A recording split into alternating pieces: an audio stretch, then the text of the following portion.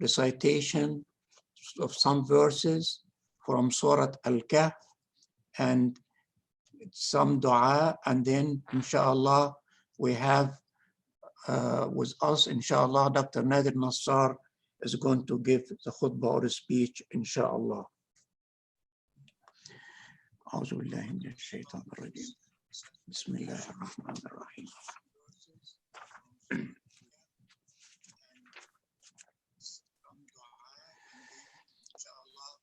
أعوذ بالله من الشيطان الرجيم واتل ما أوحي إليك من كتاب ربك لا مبدل لكلماته ولن تجد من دونه ملتحدا واصبر نفسك مع الذين يدعون ربهم بالغداة والعشي يريدون وجهه ولا تعد عيناك عنهم تريد زينة الحياة الدنيا ولا تطع من أغفلنا قلبه عن ذكرنا واتبع هواه وكان أمره فرطا وقل الحق من ربكم فمن شاء فليؤمن ومن شاء فليكفر إنا أعتدنا للظالمين نارا أحاط بهم سرادقها وإن يستغيثوا يغاثوا بماء كالمهل يشوي الوجوه بئس الشراب وساءت مرتفقا إن الذين آمنوا وعملوا الصالحات إنا لا نضيع أجر من أحسن عملا أولئك لهم جنات عدن تجري من تحتهم الأنهار يحلون فيها من أساور من ذهب ويلبسون ثيابا خضرا من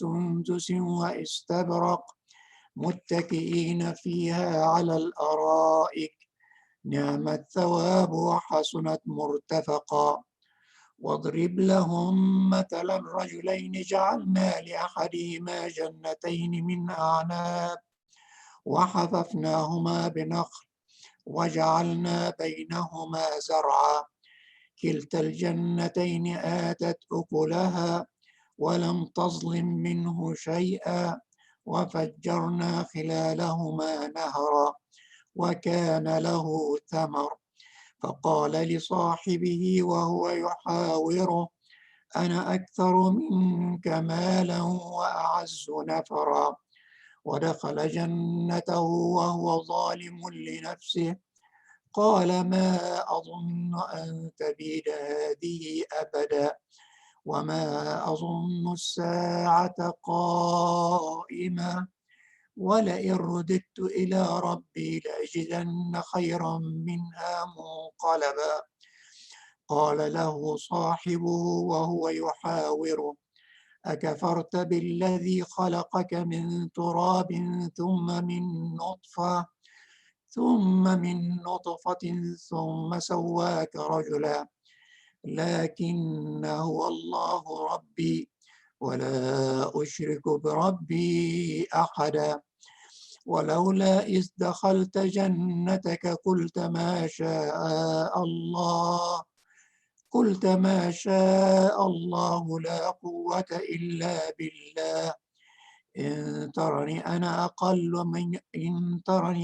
أقل منك مالا وولدا فعسى ربي أن يؤتيني خيرا من جنتك ويرسل عليها حسبانا من السماء فتصبح صعيدا زلقا أو يصبح ماؤها غورا فلن تستطيع له طلبا وأحيط بثمره فأصبح يقلب كفيه على ما أنفق فيها وهي خاوية على عروشها ويقول يا ليتني لم أشرك بربي أحدا ولم تكن له فئة ينصرونه من دون الله وما كان منتصرا هنالك الولاية لله الحق هو خير ثوابا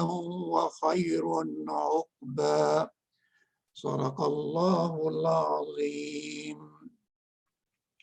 الله العظيم. اللهم صل وسلم وبارك عليك يا سيدي يا رسول الله وعلى آلك وصحبك ومن اهتدى بهديك واستنى بسنتك إلى يوم الدين. اللهم أنت ربي لا إله إلا أنت خلقتني وأنا عبدك وأنا على عهدك ووعدك ما استطعت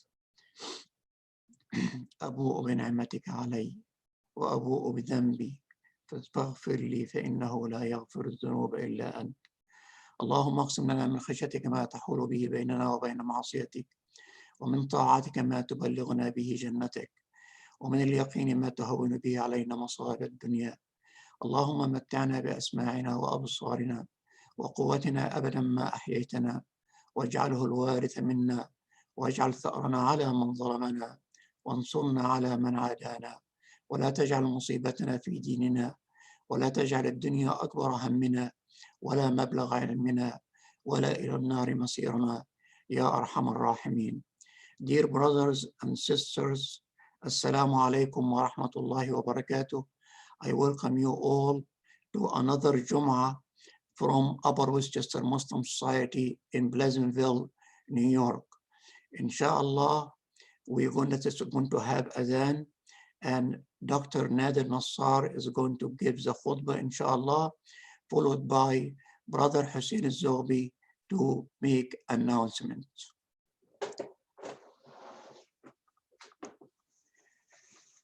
Allahu Akbar, Allahu Akbar. Allahu Akbar, Allahu Akbar. أشهد أن لا إله إلا الله. أشهد أن لا إله إلا الله. أشهد أن محمدا رسول الله. أشهد أن محمدا رسول الله. حي على الصلاة. حي على الصلاة. حي على الفلاح. حي على الفلاح. الله أكبر، الله أكبر. لا إله إلا الله. وصلى اللهم على سيدنا محمد وعلى آله وصحبه وسلم. السلام عليكم ورحمة الله وبركاته. إن الحمد لله نحمده ونستعينه ونستهديه ونستغفره ونعوذ بالله من شرور أنفسنا ومن سيئات أعمالنا. من يهدي الله فهو المهتدي ومن يضلل فلا هادي له. وأشهد أن لا إله إلا الله وأن محمدا عبده ونبيه ورسوله بلغ رسالة وأدى الإمانة ونصح الأمة وترك أمته على المحجة البيضاء ليلها كنهارها لا يزيغ عنها إلا هالك. My dear brothers and sisters, Assalamu alaikum wa rahmatullahi wa barakatuh. Today, we're living in an interesting time, and I'm sure we heard that over and over and over again. But today, the times we live in, it actually mandates a certain type of leadership. With the pandemic and the change of behavior that we all impacting all of us, that is the entire world has been impacted. We realize that different leaders exhibit different traits around the world, definitely. And leading people and influencing people and leading a nation or leading a group is not for everyone. Some might have the traits and some may not have the traits, definitely. That's why today I wanted to really reflect and bring an example of leadership from our Muslim history to you so that we know what a good leader is, what are the traits of a good leader. And today I thought I wanted to talk about Umar ibn al-Khattab, not from his story, because there is so much to learn from Umar ibn al-Khattab and his story, but I wanted to talk about Umar ibn al-Khattab, the leader. And that's where we really wanted to reflect on. First of all, Umar ibn al-Khattab was well known by being a tough person. And in everything, in his actions, in his reactions, in his love, in his hate, in his compassion and everything. Umar ibn Khattab is the one who was hating the Islam so much to the point that he was physically abusive to his sister and his brother-in-law, just for the fact that he realized that they were reciting some of the verses from the Quran. He was that person. He turned to the person who loved Islam so much, to the person that the Prophet ﷺ was praying to Allah subhanahu wa ta'ala, saying, Allahumma a'izz al-Islam bi ahad al-umarayn. Oh Allah, please empower this deen, this faith with one of those Umars, Umar ibn Khattab or Umar ibn Abi Rabi'ah, wallahu a'lam. So he changed from that person who really hate Islam to the person that love Islam so much, and he can see clearly through the not just the rules and what we have to do. He see the wisdom behind the deen, to the point that the Prophet ﷺ mentioned on Abi Hurairah radiallahu anhu. He said that Allah قد جعل الحق على لسان عمر وقلبه. What does that mean? It means that the Prophet was telling his companion, he's telling all of us that the truth is what Umar will say and what his heart feels. So if there is any point of confusion, or if there is a crossroad, and I'm not here to make that clarity for you, the person who can make that clarity is Umar ibn Khattab. He loved that deen so much that he understands the wisdom of that deen. He understands what are the right decisions and what are the wrong decisions. That he got the privilege what the Prophet ﷺ said, al-haqqu, the truth, the righteousness, the correctness, the right path is whatever Umar said, or whatever Umar felt, whatever the heart of Umar ibn Khattab felt. That's amazing transformation. With this transformation, Umar ibn Khattab exhibited an amazing leadership traits. He was just as an amazing Muslim, as an amazing Sahabi, as an amazing companion to the Prophet, just as an amazing leader to the Muslim Ummah. Umar ibn Khattab, when he first accepted in his acceptance speech of being a leader, he made it so clear that this is something, not a privilege. This is an ibtila. This is a test from Allah subhanahu wa ta'ala. This is a de-stress to me, to him, and to the ummah as well. And he said, Inna Allah abtalakum bi, wabtalani bikum ba'da sahibi, after Abu Bakr as-Siddiq. That means Allah subhanahu wa ta'ala give you a tough leader. It's almost like a test for you. And also he put me in a very great deal of de-stress, or a big test to lead this ummah after the passing of Abu Bakr as-Siddiq radiallahu anhu. Then which means Umar ibn Khattab, when he started leading this ummah, he realized that this is not a walk in the park. There is a lot of things to be done. There is a lot of rules to be established. There is a lot of boundaries to be protected, and so on and so forth. And today, I have few examples from Umar as the leader of the Muslimin, as the Amir al-Mu'minin, just to explain to you how legislatures were made or laws were enforced in Al-Madinah and the Muslim Ummah during that time, and what was the source of this legislating, right? So the first example, that Umar ibn Khattab was sitting down, having eating on with a group of people, and he realized someone is eating with his left hand, and he told him, "Come on, man, what you're doing? You should eat with your right hand." So the guy politely said to him, "No, Umar, I can't. It's busy." And a polite answer. Umar didn't take that for an answer. He said, "What do you mean by busy? Busy with what? I don't see it busy." So he told him it was injured and paralyzed during the Battle of Mu'tah, one of the battles during the companion had. Umar realized that he embarrassed that. This guy, technically, as in our modern terms, is a veteran, and he's an injured or wounded veteran, and he embarrassed him, or pointed something to him that was inappropriate. That tough person, that tough leader, Umar ibn Khattab, over a sudden he realized that, and he started crying. He started seeping from the sensitivity of the insensitivity that he put this guy in. He started asking the guy. He didn't stop there. He started asking the guy, "So how do you make wudu? So how do you wash your cloth?" clothes? How do you, wash up and clean up and all of that? And the guy started answering, and every time Omar answer, hear the answer, he just seeping and seeping. Then he decided, that's the moment. That's where the leadership gene or trait comes in. He decided to have, a servant or someone to help him. He decided to have a rahila, which is, like a horse or something to mobile him, make him mobile, be able to move around, and he ordered him certain portion of the treasury for food. And that's not just him, that's for all the veterans. Anyone during the time and he was injured for the, as a veteran, as we call it in our terms, was getting this kind of substitution.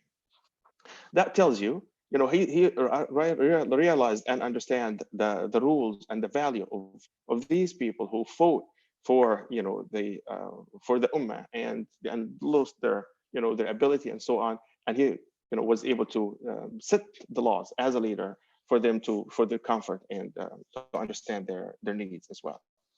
The other example, and he really cared about women and children. It's again, you think about someone who is very tough and people fear him, but he gets very, very soft heart, especially when it comes to women and children.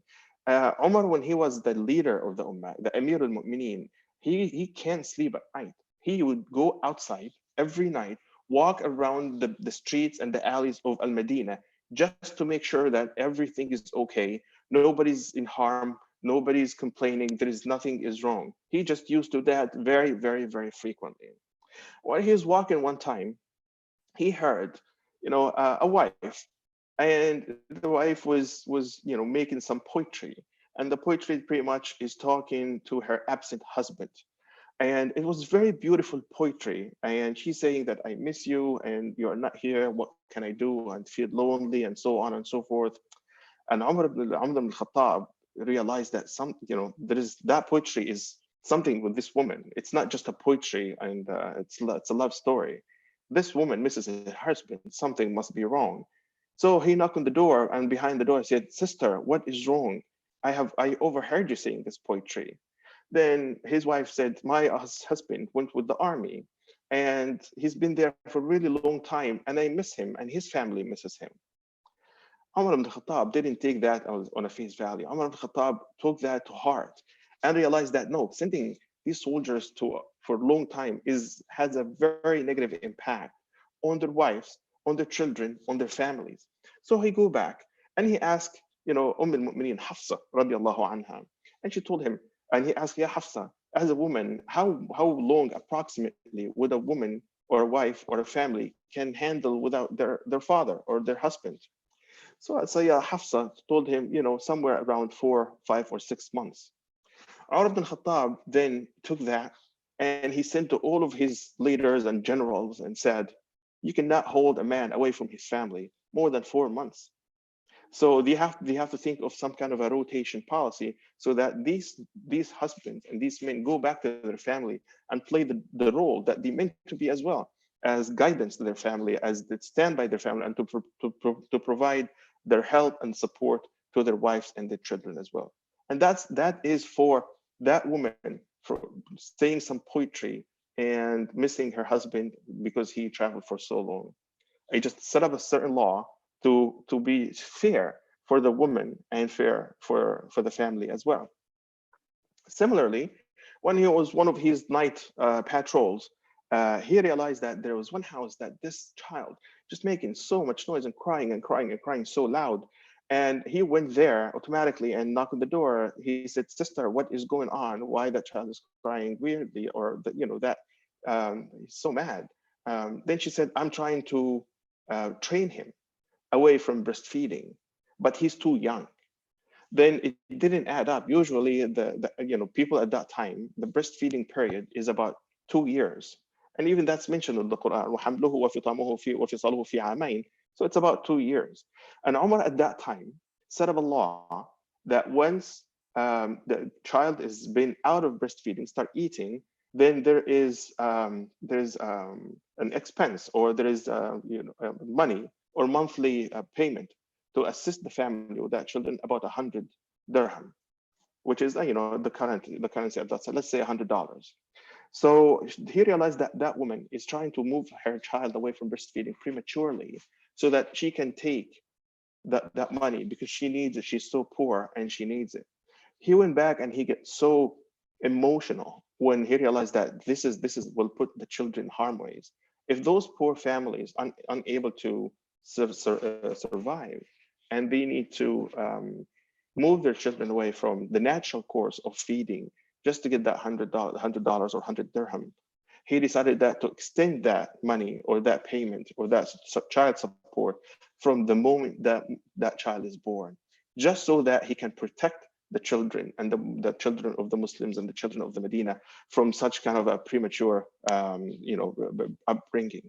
That just tells you these leaders will, or this leader, Umar ibn al-Khattab, it takes his laws from the from the grassroots, from the people of Medina, not on any pre-arranged matter. He doesn't send any mediators. He go and he listens and he see what is best for them and what's best for the Muslim Ummah, then translate that to laws that applies and impacts all the Muslims around the world at the time.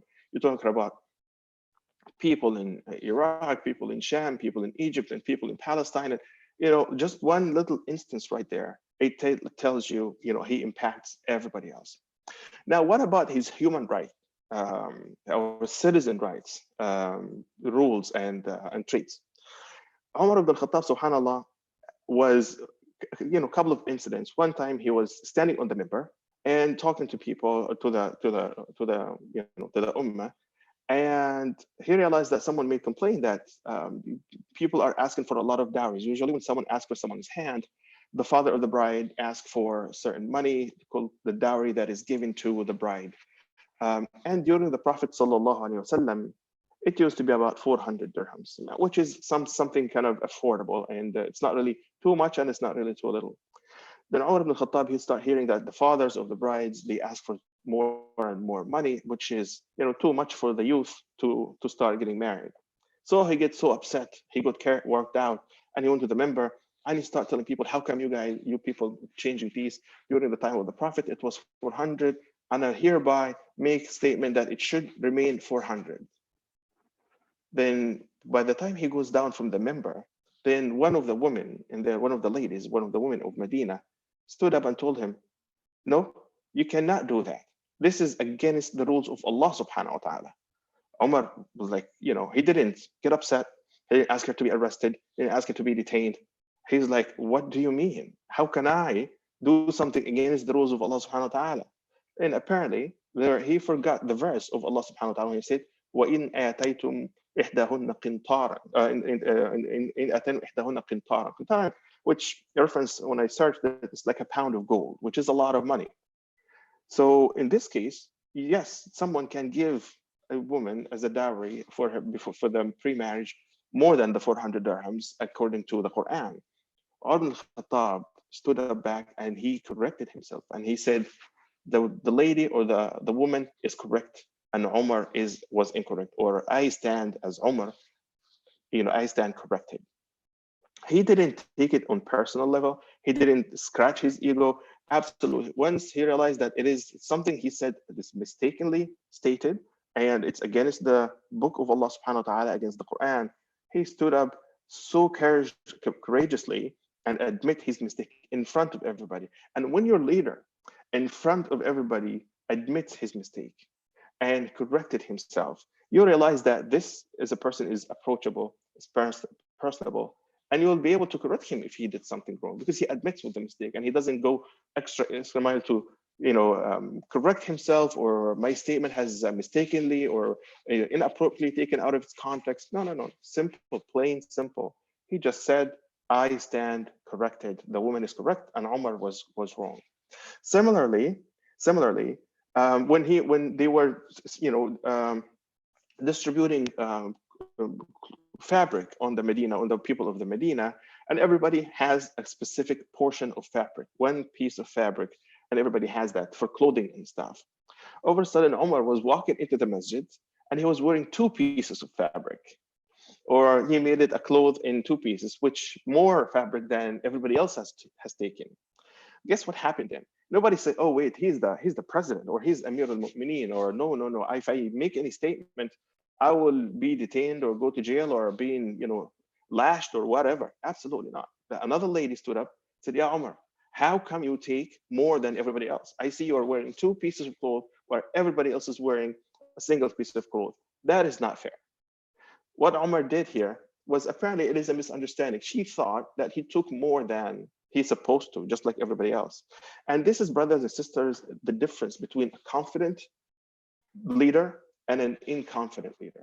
A competent leader and an incompetent leader. Umar stood up and said, no, here is my son, Abdullah. Yeah, Abdullah, what happened? So he asked his son. Then Abdullah ibn Umar said, I gave my father the extra piece of cloth of fabric so that it fits him, because Umar was gigantic, was really big. Umar ibn Khattab, when he sits on the horse, his feet touches the ground. That's how big he was. So he's a big guy, and apparently 1 piece of cloth doesn't fit enough for a cloth. So he just took one from his. So even if it was, his action was misunderstood, but he stand calmly corrected it, just to tell the people that I'm one of you, and just leading you does not make me any special, or doesn't make me any privileged, right? And you have the right to ask, and I have the right to explain. Now, this is as far as the citizen, right? Another story which has really interested me was when his brother, he loved him so much. Umar ibn Khattab had a brother, his name is Zayd. And Zayd was killed during the Battle of Ridda, or the battles of Ridda. And the killer of Zayd at the time was not a Muslim.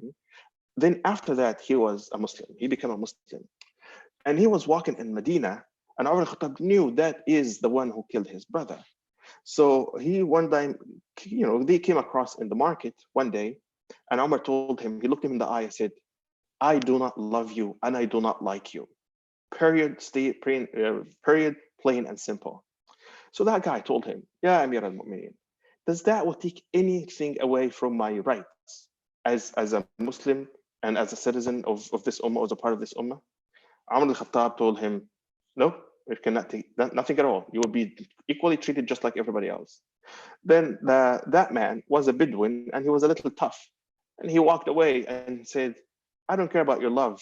Only woman cares about this love, or ladies cares about love. I really don't care. As long as I'm getting all my rights equally, your love, your hate, it doesn't really mean much to me. And of course, he couldn't be able to say that unless and until he knew that Umar is fair.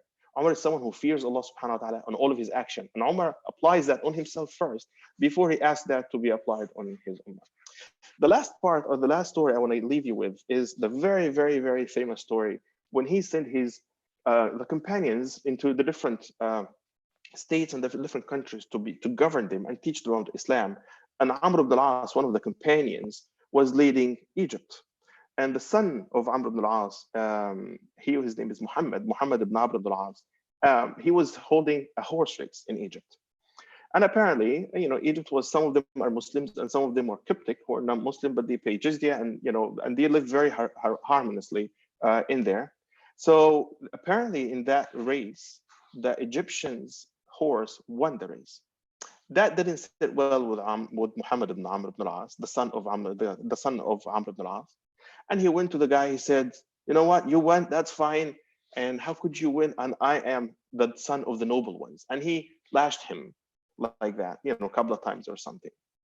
Now you have a situation here where the son of the governor of Egypt you think he's privileged because his father is a companion of the Prophet, because his father is the governor of Egypt, and he's in a personal relationship. He calls Umar al-Khattab on a first name basis. Now that young man, or that Egyptian who was non-Muslim at the time, he realized that this is not right. So he didn't go ahead and complain to Amr ibn al-As, his father, the governor.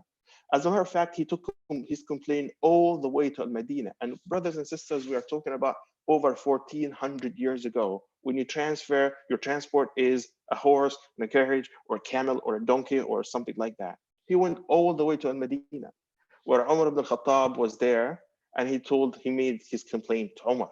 He said, yeah, Umar ibn al-Khattab, this is what happened. And he told him the exact story. That did not sit well with Umar ibn al-Khattab at all.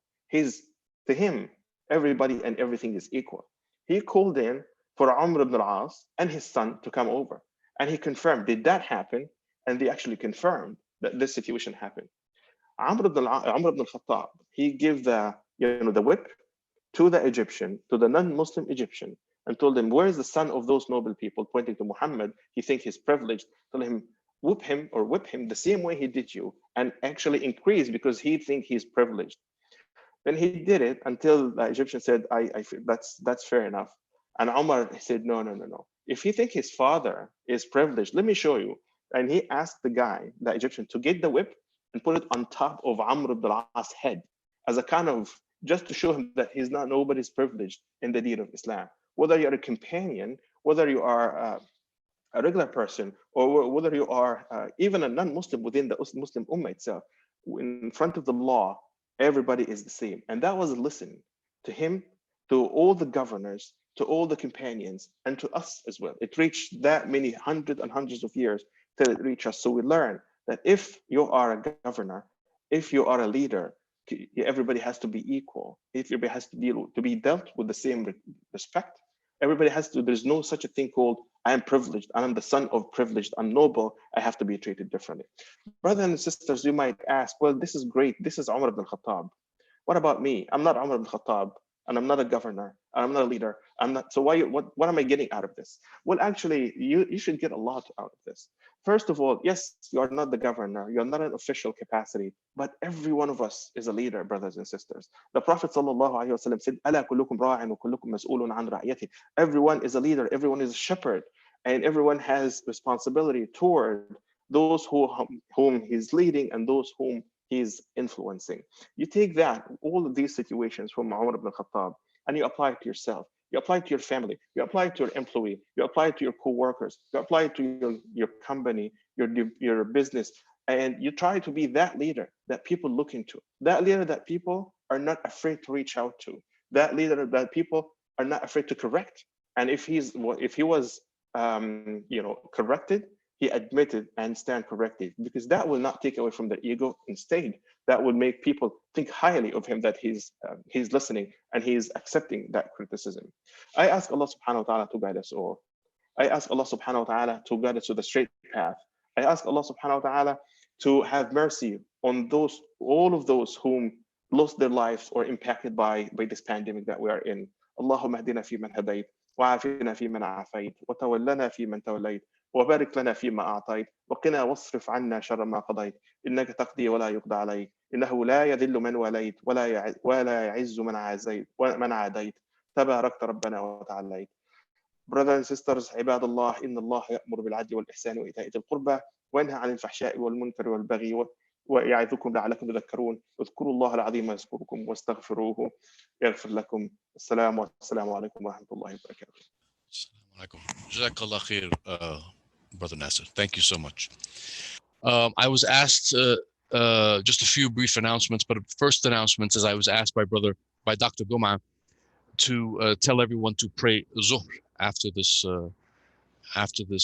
lecture, 4 rak'ah, 4 rak'ah, wherever they are, inshallah. Please pray 4 rak'ah, inshallah. In terms of announcements, our daily virtual programs continue with some important time changes. First, the pre-Maghrib program will now start at 7:30 p.m. instead of 7:15 p.m. And this is effective tomorrow, Saturday, May 9th, inshallah. Again, 7:30 p.m. Instead of 7:15, starting tomorrow. Similarly, for the Isha program, which will now start at 9:15 p.m. instead of 9 p.m., starting again tomorrow, Saturday, 9:15 instead of 9 p.m. Please tune into these programs as much as you can, as our youth and community members put in a lot of work in them, and they'll continue to do that, inshallah.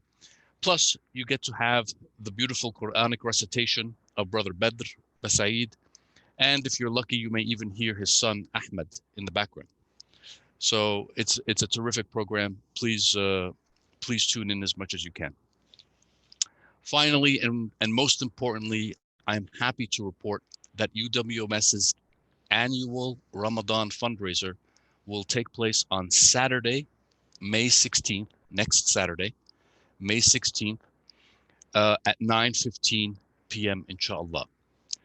In keeping with social distancing, and other safety measures for our community, the Board of Trustees has decided that this will be UWMS's first virtual fundraiser. Inshallah, you will be able to view and participate in this fundraiser through Zoom, and there will be much more details to follow about this. There will be announcements emailed and updates on the website for everyone. So please check your email and the website. We hope that as many of you as possible join and participate in this important fundraiser. Alhamdulillah, there will be no tickets, there will be no fees, and you can watch from the safety and comfort of your own home. And you could even ask questions, inshallah, through the Zoom. Plus, there is no better time to donate for the sake of Allah than during this holy month of Ramadan. So basically, there is no excuse. Please hold the date, May 16th. The time is 9:15 p.m. for the UWMS Ramadan virtual fundraiser. And please donate as much as you can. We ask Allah that this period of social distancing come to an end soon, inshallah. And when it does, we need to go back to our community center. We need to go back to the community center that so many of you worked so hard to establish, so that it's there for us, inshallah. Jazakum Allah khair. Wassalamu alaikum wa rahmatullahi wa barakatuh. Jazakallah. Salam.